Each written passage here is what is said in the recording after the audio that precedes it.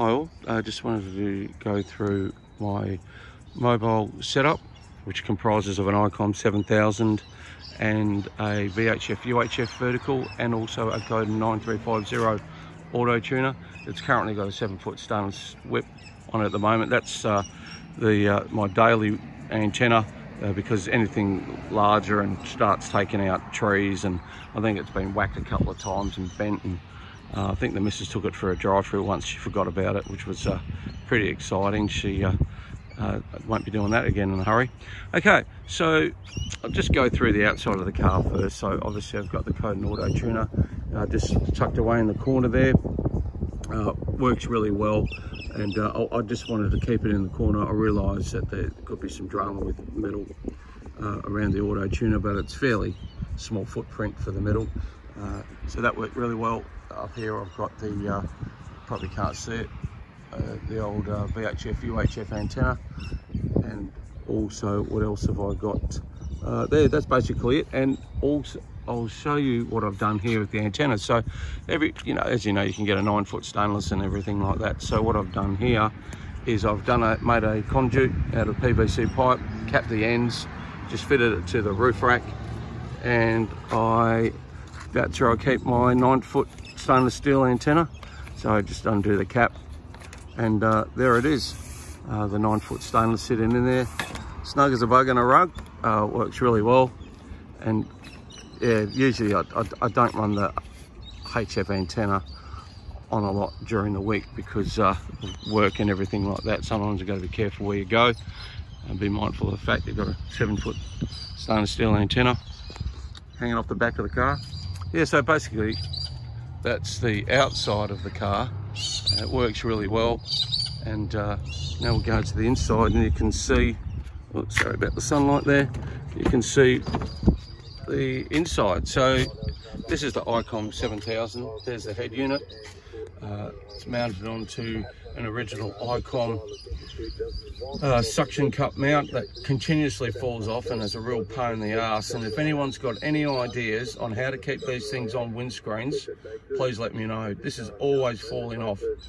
I keep a little bottle of water handy now. I used to spit on it, but I got sick and tired of doing that.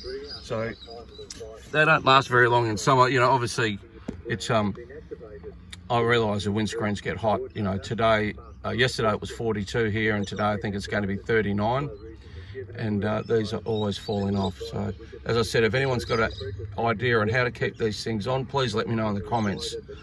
Okay, so this is the Icom 7000. We've got a speaker over here that I'll put in the middle, and this is the unit down here, down by the driver's side. Doesn't interfere with my legs or anything. That's really handy, and I'll just keep the mic there. Yeah, really easy to use. If you get back in the car itself, everything's like virtually, I just reach over and change the frequencies if I wanted to. Currently we've got the WAI news on. I'll just turn that down so it doesn't annoy the hell out of people. Yeah, so it's really easy to use. I can see everything. You know, color screens are great. Those Icom 7000s are an awesome mobile. Oh, they can be base radios as well, but for mobile setup, I don't think there's a better radio as such than the Icom 7000. I know there's the Mark II-G, and it's just as good, but I think this is the perfect radio setup. The Auto Tuner works really well. I obviously won't tune up on the news. We'll go to another band that's fairly quiet at the moment. Yeah, it's fairly quiet there, so I'll just give you an idea on how fast the tuner actually tunes the antenna. Hang on, sorry about the noise. And that's it, pretty simple. It's yeah, it tunes up really fast. Obviously I'll go back down, get off the news a bit there, make sure that I don't get in trouble for tuning up on the news. Obviously it's rude, isn't it? So I'll just, and back down on to 80, and that's all it takes. That's as fast as the tuner works on all the bands.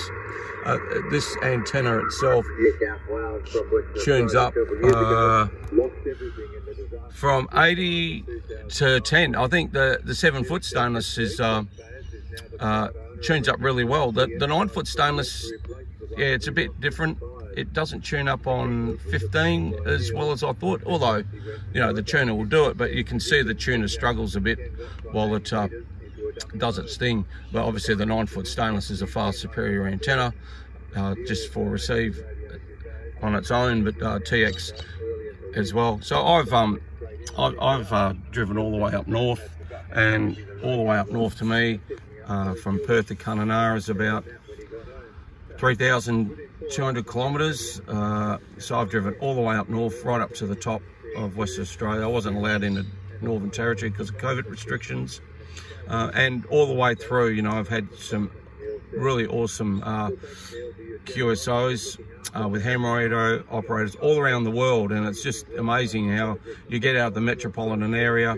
And every now and again, we're in a place called Denham.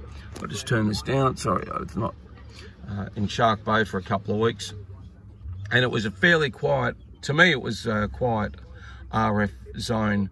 There wasn't as much skip, if you want to call it that, for whatever reason. Sometimes you just get into these different places and you think, oh, the radio's gone a bit quiet, but then you travel 400 or 500 kilometers up the coast, and it's amazing what you can hear. I can always hear Indo stations and Japan and everything like that. I'm not really interested in listening to that stuff, but getting into Eastern Europe and also into South America, it's always been a bit of a challenge for me.